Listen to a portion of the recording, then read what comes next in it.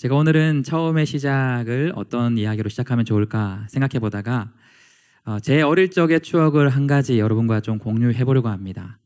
제가 아주 어릴 적에 초등학교 그런 시절에 한동안 종점 탐험을 떠날 때가 있었습니다. 그 탐험의 장소가 어디냐가 또 중요하게 될 텐데, 그 탐험의 장소는 여러분들은 아마 많은 경험이 없을 수도 있을 것 같은데 아마 있는 분들도 계실 것 같아요. 그 탐험의 장소는 동네 곳곳에 있던 공중전화 부스였습니다. 한번 사진을 띄워주시겠어요? 여러분 이런 전화기 본 적 있으신가요? 있으세요? 사용해 본 적 있나요? 없나요? 네. 지금은 우리 모두에게 개인 휴대폰이 다 지급되어서 자유롭게 전화를 할 수 있지만, 제가 어릴 적만 해도 동네에 이런 공중전화가 되게 많았습니다. 왜냐하면 개인의 휴대전화가 없기 때문에 집에 있는 전화, 누군가에게 소통하기 위해서는 이 공중 함께 사용하는 전화를 통해서 서로 소통할 수 있었기 때문입니다. 그런데 제가 이 동네에 있는 공중전화 부스를 돌아다니면서 탐험을 떠났던 이유가 뭘까요? 해본 사람 있는 것 같은데요. 네, 제가 이것을 모험을 떠났던 이유는 이곳에서 예상치 못한 그런 굉장한 것들을 득템할 수 있었기 때문입니다. 가끔 저는 왜 그런지 아직도 이해가 안 되는데, 동전이 남아서 일정 금액 이상이 되면 전화기 수화기를 놓으면 동전이 반환이 됩니다. 그런데 분명히 그 돈이 있음에도 불구하고 그냥 가는 사람들이 있었어요. 지금도 생각해도 이해가 안 됩니다. 그런데 그렇게 찾아다니면서 저기 밑에 있는 작은 동전 그 구멍 속으로 손을 넣으면 정말 예상치 못한 딸그락 소리와 함께 동전 몇 개를 가질 수 있는 것이 심심치 않게 여러분 발견됩니다. 어느 날 성공적으로 그 모험이 이루어진 날에는요, 제가 과자를 하나 사 먹을 수도 있고요, 아이스크림을 먹기도 하고 오락여판을 할 수도 있는 그런 꽤 괜찮은 수확을 얻을 때가 있습니다. 비슷한 결로 탐험을 떠나는 또 다른 곳이 있는데요, 그거는 여러분도 이것도 좀 낯설 수 있을 것 같습니다. 당시 제가 어릴 때 많이 놀던 놀이터였어요. 그런데 지금의 놀이터와 조금 다른 점이 뭐냐면, 한번 보여주시면, 당시의 놀이터는 이런 모래바닥, 해운대 모래사장처럼 푹푹 빠지는 그런 모래바닥이 놀이터의 바닥이었습니다. 특별히 이 모래바닥에서 당시에는 뭐 컴퓨터가 있거나 그런 것이 아니기 때문에 집 안에서보다는 대부분의 아이들이 이 바깥에서 생활하는 것이 일수였어요. 그래서 이 날을 잡고 이 모래 놀이터로 가서 자리를 딱 잡은 다음에 아주 굉장히 좋은 장소들이 있습니다. 스팟이 있어요. 거꾸로 매달리기 좋은 철봉 밑이나 그네 이런 밑에 가서 열심히 파다 보면 여러분 여기에서도 정말 심심치 않게 그런 동전들을 획득할 수가 있습니다. 여러분 비웃지만 그 어릴 적에 굉장히 큰 어떤 수확물이자 모험의 결과였습니다. 제 어린 시절 이런 그 500원 또 100원 이런 것을 획득하던 시절의 추억이었습니다. 그런데 여러분 제가 최근에 한 뉴스를 봤었는데, 이런 귀여운 어릴 적 모험의 스토리랑은 조금은 다른 한 가지 모험의 이야기를 제가 최근에 뉴스를 통해서 들었습니다. 그 뉴스는 뭐였냐면, 해마다 전 세계적으로 가장 많은 어떤 관람객이 가는 박물관, 세계에서 가장 큰 박물관, 여러분 어딘지 아시나요? 프랑스에 있는 루브르 박물관이라는 곳이 있습니다. 그곳에는 가장 값진 그런 보석들이 많이 전시가 되어 있는데, 최근에 그곳에서 정말 귀한 왕실의 보석들이, 그런 것들이 훔치는 그런 일이 생겼다라고 합니다.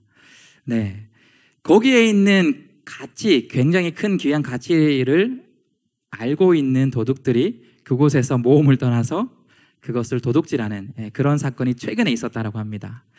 결과적으로는 현장에서는 잡히지 않았어요. 그래서 미제의 사건으로 남는가? 그 귀한 값을 매길 수 없는 그런 보물이라 하더라고요. 그것을 그 사람들이 성공적으로 가지게 되었나? 라고 생각했었는데, 최근에 다시 찾아보니까 한 6일 전쯤에 그 범인들이 잡혔다라고 합니다. 그 사람들은 이제 어떻게 될까요? 그렇죠, 이제 감옥에 가게 될 것입니다. 여러분, 근데 우리가 이 세상이 돌아가는 이 세상의 모습을 보고 그 안에 살아가는 사람들의 모습, 그러한 사람들의 인생을 보게 되면 각 사람마다의 가치 있는 것은 다를 수 있지만, 어떠한 내가 중요한 가치 있는 것을 향한 그것을 가지고 싶은 마음, 그 가치 있는 것을 누리고 싶은 마음들은 우리 모든 사람들, 이 땅을 살아가는 모든 사람들의 인생 속에 비슷한 모습이지 않을까 싶습니다. 가치 있는 것을 누리고 싶어서 열심히 살고 열심히 일하는 것, 그것을 넘어서 정말 가치 있는 것이지만 내가 가질 수 없기 때문에 심지어는 훔칠 만큼 그 가치 있는 것을 가지고 싶은 것이 때로는 우리의 마음속에도 있지 않을까? 저는 그렇게 생각해 보게 됩니다. 여기서 제가 궁금한 것은 이겁니다. 여기 있는 여러분들에게는 여러분에게 정말 가치 있는 것이라고, 여러분들이 정말 가지고 싶은, 훔쳐서라도 내 것으로 만들고 싶은 여러분 그런 가치 있는 것은 여러분은 어떤 것이 있나요? 저는 그게 궁금합니다. 여러분 어떤 것을 그런 큰 가치를 두고 인생을 살아가시나요? 뭐가 있죠? 몇 가지만 한번 여러분 던져보세요. 여러분 생각하는 가치 있는 것들. 돈! 누구예요? 네, 열심히 우리 아르바이트 하고 있는. 네, 또 어떤 것들 여러분들에게 정말 큰 가치가 있는 거예요? 여러분 가지고 싶다 하는 가치 뭐가 있죠? 아, 여자친구의 마음 지금 가지고 있지 못하나요? 아, 그만큼 가치가 있다. 아, 네, 좋은 아주 훌륭한 답변입니다. 각자마다의 가치 있는 것은 다를 것 같습니다. 우리가 얘기했던 것처럼 각자 다를 수 있을 것 같습니다. 어떤 사람에게 물어본다 하면 이제 건강을 잃어버린 시한부 인생을 살고 있는 사람들에게 물어보면 어떤 것이 가장 가치 있을까요? 세상에 그 어떤 것보다도 건강, 그 건강이 나의 인생에 가장 내가 가지고 싶은 가치 있는 것입니다. 그렇게 이야기할 수 있을 것 같습니다. 또 누군가 어떤 노인의 고백처럼 내가 내 인생에 이런 젊음의 시간들이 가치 있는 것이 이만큼 가치 있는 것인 줄 알았다면 내가 억만금을 줘서라도 그것을 내가 사고 싶다. 억만금을 주고서라도 그것과 절대 바꾸지 않을 텐데 누군가에게는 그러한 시간이라는 것이 가장 큰 가치로 우리에게도 다가올 수도 있는 것 같습니다. 또 어떤 사람에게는 또 다른 가치들, 세상을 즐기는 것을 가장 큰 가치로 두는 사람도 있을 것 같아요. 돈도 중요하지만 건강도 중요하지만 나는 내 인생 얼마를 살지 알지 못하기 때문에 지금 이 순간은 즐기고 싶어. 그래서 가보지 못한 곳에 여행을 가기도 하고 먹어보지 못한 것들을 먹고 마시면서 또 새로운 사람들을 만나면서 그런 즐기는 인생을 또 큰 가치로 두는 사람들도 우리 주위에 많이 있는 것 같아요. 뭐 이런 사람들을 표현할 때 욜로족 아니면 파이어족 뭐 이런 우리 표현으로도 그런 사람들의 가치를 우리가 표현하는 것 같습니다. 돈보다도 시간보다도 다른 어떤 것보다도 인생을 즐기는 것이 가장 큰 가치야. 여러분에게는 어떠한 것이 가장 가치가 있으신가요? 저는 오늘 이 시간에 우리 오늘 교회를 처음 온 분도 계실 것 같고요. 아니면 교회를 처음 오지 않았지만 과연 이 질문을 받았을 때 나는 뭐라고 답할 수 있을까? 나는 내 인생의 가치를 어떤 것을 두고 쫓으며 살아가고 있을까? 라는 그 가치에 대해서 우리가 다시 한번 생각해보고 어떤 것이 가치 있는 것인지를 다시 한번 발견해 볼 수 있는 그런 이 시간이 되었으면 좋겠습니다. 그 가치를 발견하기 위해서 제가 여러분들과 오늘 함께 나눌 이야기는 성경 안에 있는 비유에 관한 이야기를 통해서 우리가 그 가치를 한번 발견해 보도록 하겠습니다. 우리가 오늘 함께 나눌 이 비유의 이야기는 2000년 전 예수님이 당시의 사람들에게 전해준 비유의 이야기였습니다. 세 가지의 이 비유, 각각 다른 비유 같지만 제가 설명을 드리겠지만 사실은 무엇이 가장 가치 있는 것인가? 그 가치 있는 것을 발견했을 때 우리에게 어떠한 기쁨의 마음이 드는가? 그 가치 있는 것을 발견하기 위해서, 붙들기 위해서 우리는 어떻게 해야 하는가에 대한 조금씩은 다르지만 같은 이야기를 하고 있는 세 가지의 비유의 이야기입니다. 이 비유의 특징은 비유가 첫 번째, 두 번째, 세 번째 거듭되면서 점점 더 중요한 가치들을 찾아가는 그런 비유입니다. 자, 첫 번째 비유는 우리가 시작할 때 읽었던 이 첫 번째 3절부터 나오는 비유의 이야기입니다. 여기에 비유에 나오는 비유를 보면 양 주인이라는 한 사람이 나오는 걸 보게 됩니다.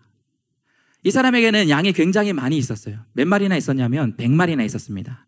여러분 여기서 말하고 있는 100이라는 숫자는 많다라는 것을 의미해요. 우리가 흔히 내가 뭐 많다라고 자랑할 때 나 이거 100개나 있어 라고 그렇게 자랑하는 것처럼 여러분 이 100마리의 양이 있다는 것은 이 사람에게 굉장히 많은 양이 있다는 것을 설명하는 거예요.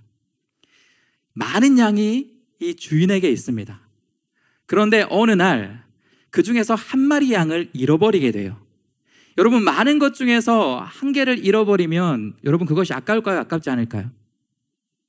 아깝지 않다라고 생각할 수 있지만 그것이 내가 마음을 쏟고 있는 나의 양이라면, 내가 사랑하는 양이라면 아무리 많은 100마리 양이라도 한 마리 양의 가치는 그 다른 99마리와 다를 것 없는 너무나 소중하고 가치 있는 것이 이 100마리 양에 있는 주인 그에게 그 한 마리 양이 너무나 가치 있는 것이라고 그렇게 얘기합니다. 당시에 이 양을 치는 그러한 목자들의 이야기를 들어봐도 그렇고 또 지금에 있는 양의 그런 모습을 봐도 이 양에게는 특징이 있습니다. 뭐냐면 여러 가지 특징이 있지만 눈이 굉장히 어두운 것이 양이라는 동물의 특징입니다.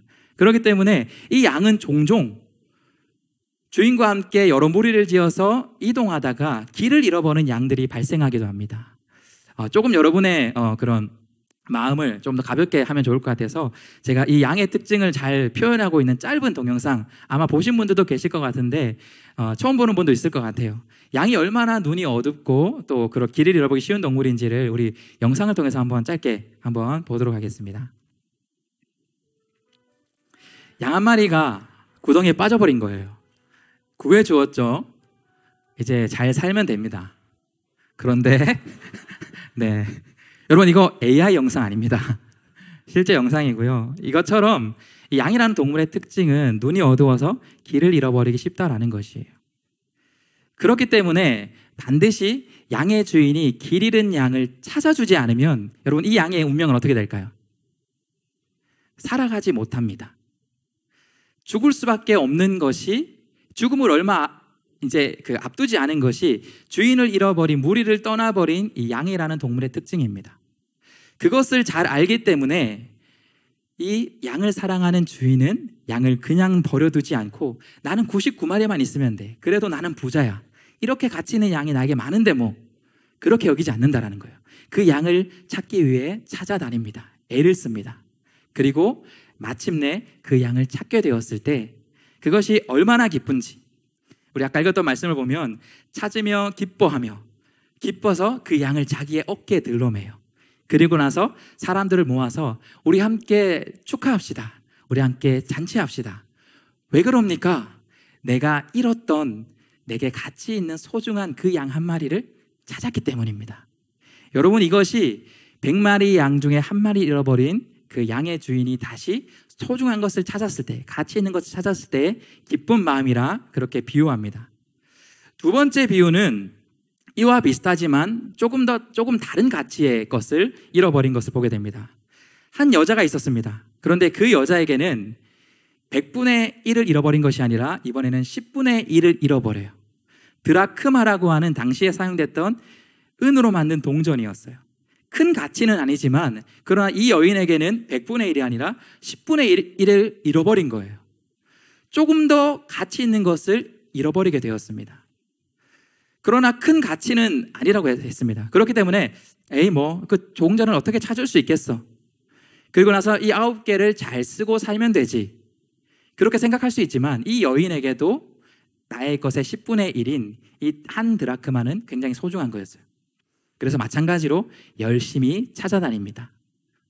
감사하게도 정말 다행이게도 그 잃어버린 10분의 1의 드라크마를 이 주인이 찾게 됩니다.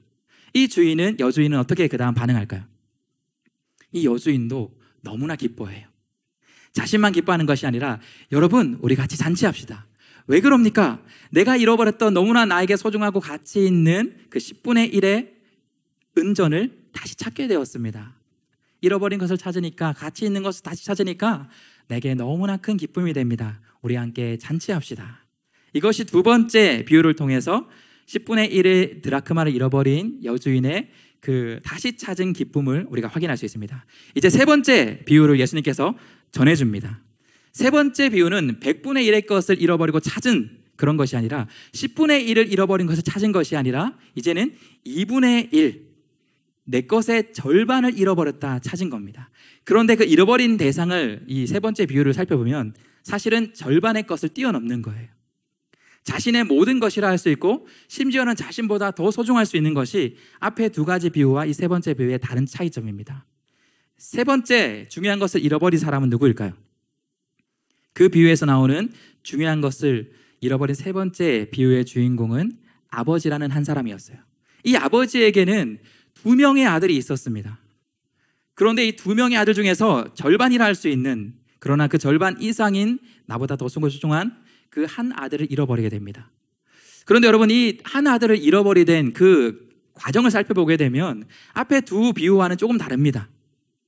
양이 혼자 길을 찾지 못해서 간 것이나 아니면 어떤 돈을 찾지 못해서 하는 것보다는 그 잃어버린 두 번째 아들이 스스로 아버지를 떠났기 때문입니다. 그 과정을 보면 이런 이야기가 진행되면서 보게 됩니다.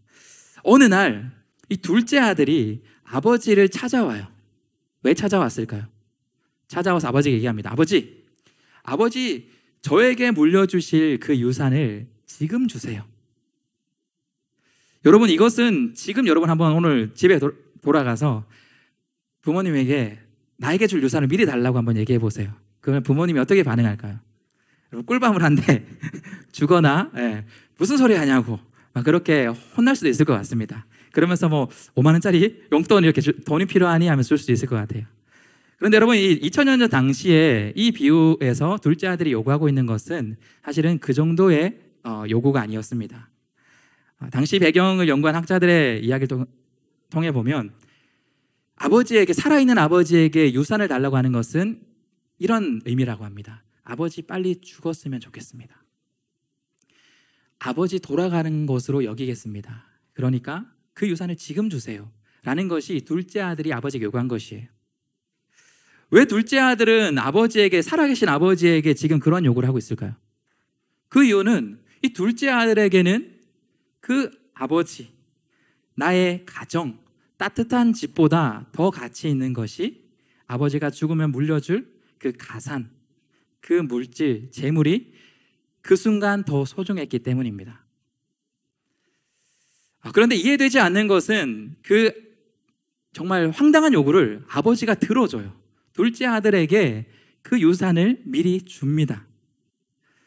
여러분, 여기서 아들과 아버지의 차이를 우리가 발견할 수 있어요. 아버지에게는 그 어떠한 돈보다도 아들이 더 소중한 겁니다. 지금 그 아들이 비록 아직은 철이 없어서, 아직은 진정한 무엇이 가치 있는 건지 깨닫지 못해서 그것을 요구하고 있지만 아버지는 그것을 기꺼이 들어줘요.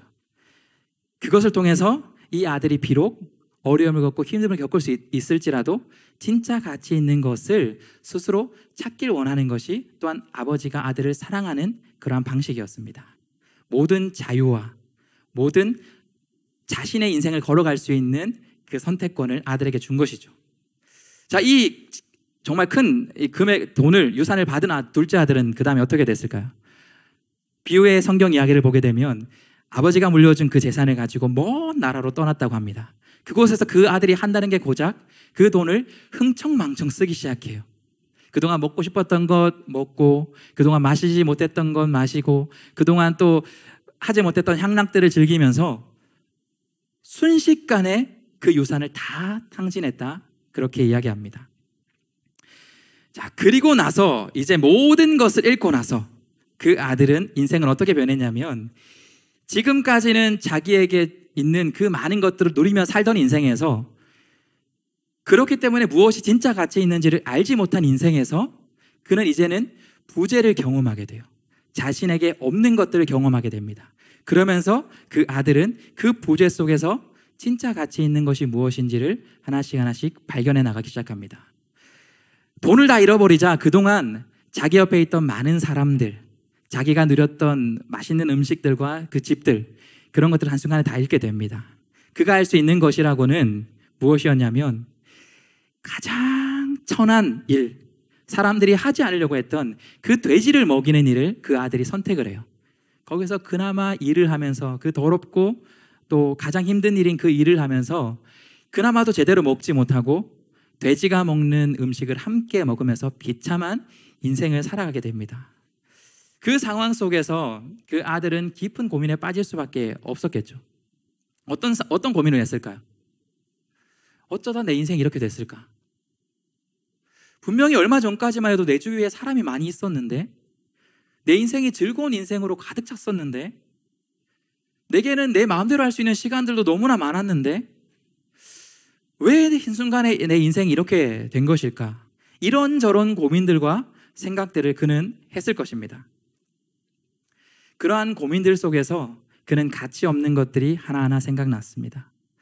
아, 돈이라는 것이 있다가도 없을 수 있는 것이구나. 진짜 가치 있는 것이 아니네.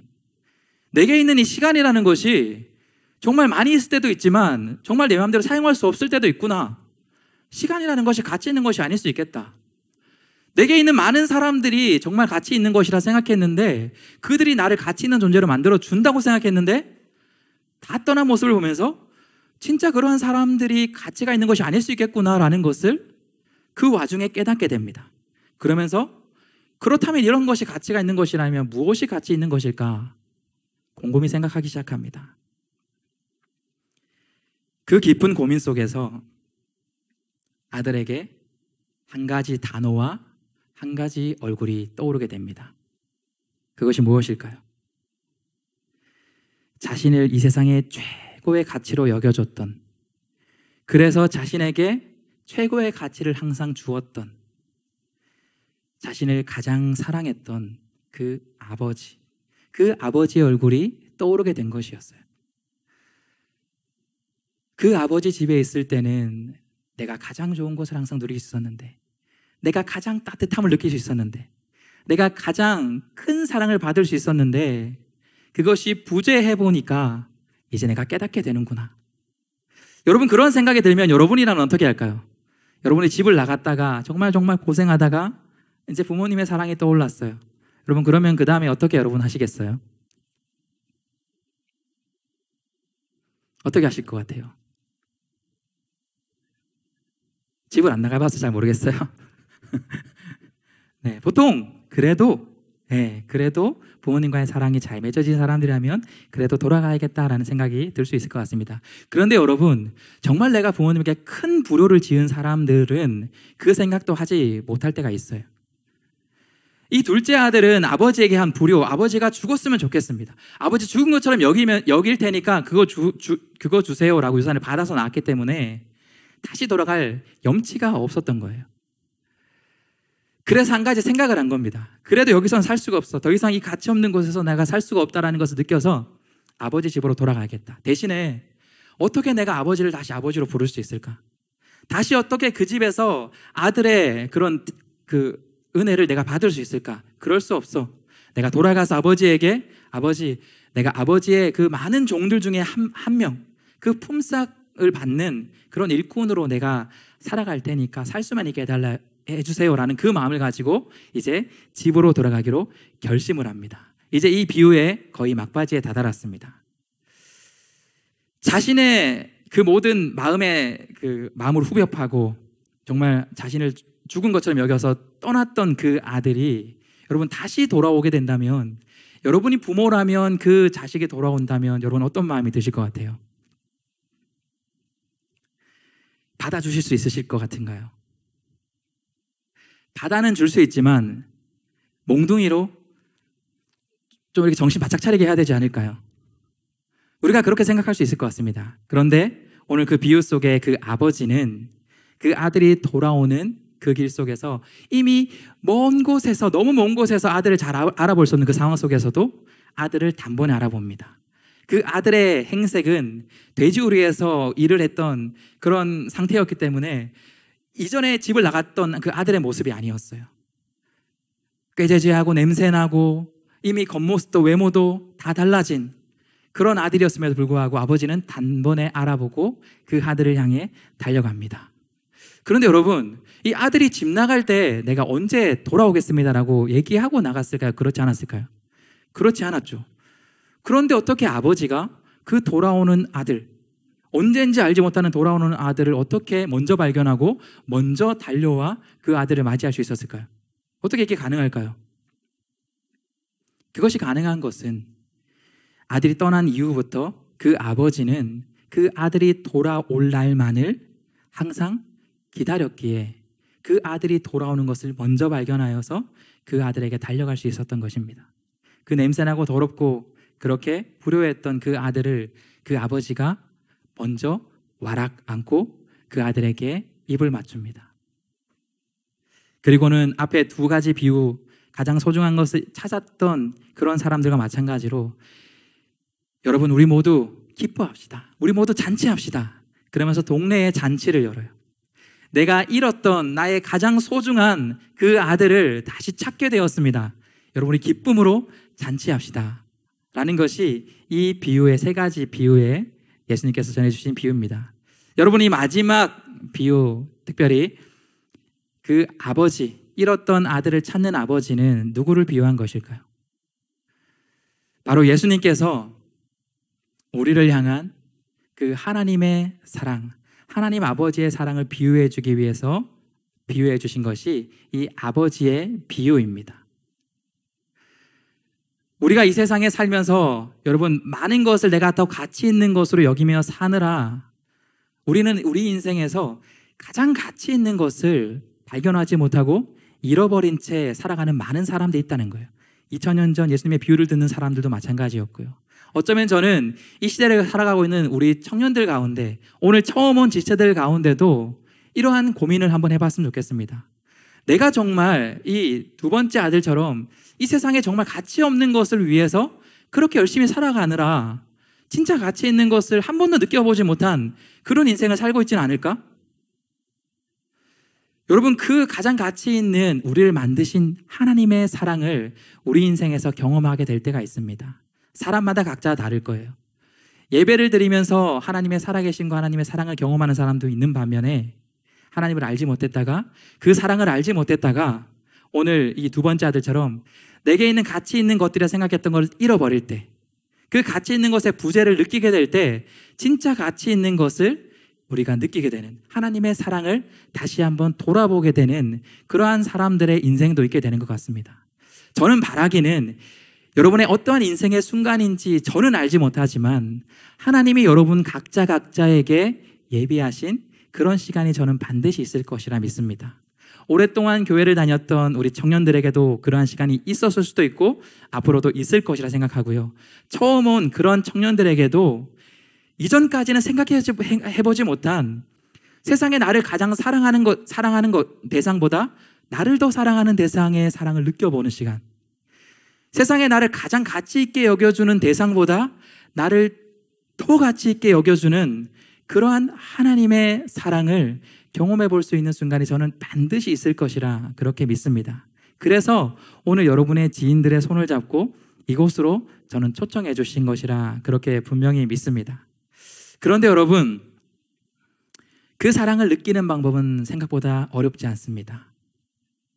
목사님, 저는 사실 이전까지 이런 삶을 살아왔는데요, 이런 많은 죄를 짓고 살았는데요, 이런 잘못을 짓고 살았는데 하나님을 전혀 생각하지 못하고 살았는데요.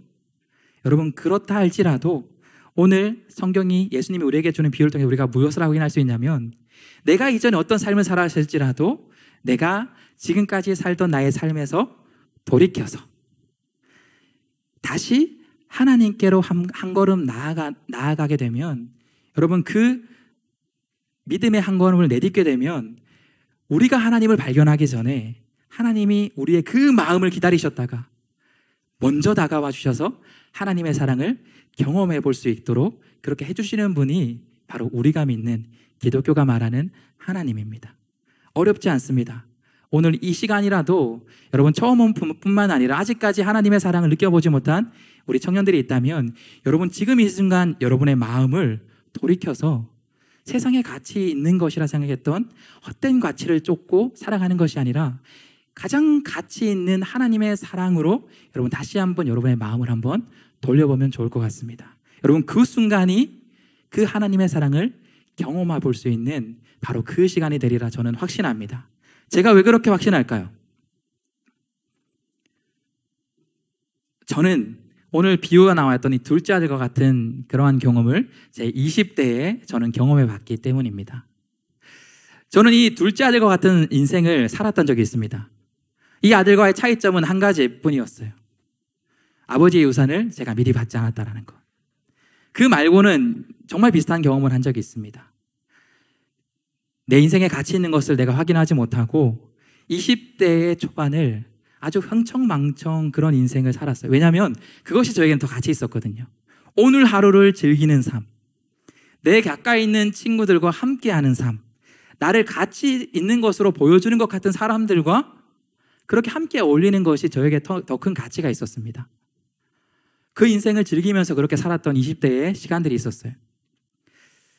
그런데 20대 중반이 넘어서자 제가 그렇게 가치 있다 여겼던 돈, 사람, 어떤 인생의 유흥거리들, 그런 것들이 오늘 둘째 아들이 그랬던 것처럼 어느 순간 하나 둘 저를 떠나는 것을 제가 경험한 적이 있었습니다. 20대 그 중반을 넘어서면서 제가 굉장히 깊은 그런 인생의 나락을 빠진 적이 있었어요. 어두운 가운데 거하면서 내 인생이 왜 이렇게 됐을까? 그러면서 하나님을 원망해 보기도 했어요. 하나님, 제 인생이 왜 이렇게 된 거죠? 교회를 다니지 않았으면서도 괜히 하나님을 원망했었습니다.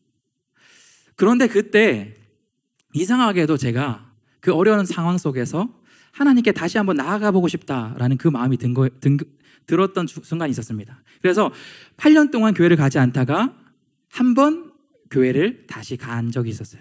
그런데 그 예배 속에서 마치 오늘 둘째 아들을 맞이했던 하나님 아버지의 그 사랑을, 저는 이전까지 하나님과 관계없는 삶을 살았고 전혀 인생의 가치를 발견하지 못한 삶을 살았지만 바로 그 다시 8년 만에 돌아간 그 예배 속에서 하나님 아버지가 저를 기다리셨고 저를 여전히 가장 큰 가치로 두시고 가장 큰 사랑으로 사랑하신다라는 것을 제가 그 모임 속에서, 그 예배 속에서 경험한 적이 있습니다. 이전에 알지 못했던 그 가치, 그 사랑을 제가 그 순간 느끼고 그렇게 하나님 앞에서 다시 그 사랑을 하기를 결단하여서 나온 것이 지금까지의 저의 인생의 여정이었습니다. 저는 우리 청년 모두에게 이런 인생에 하나님을 정말 가장 깊이 만나고 가장 가치 있는 것을 발견하는 그런 시간이 있기를 바랍니다. 바라기는 이번 새생명 축제, 이번 주가, 그리고 또 다음 주에 있을 새생명 축제가 우리 모든 청년들에게 그 인생에 가장 가치 있는 그 사랑의 길, 하나님의 사랑의 길을 다시 회복할 수 있는 우리 청년들의 모든 인생들이 되길 예수님의 이름으로 축복합니다.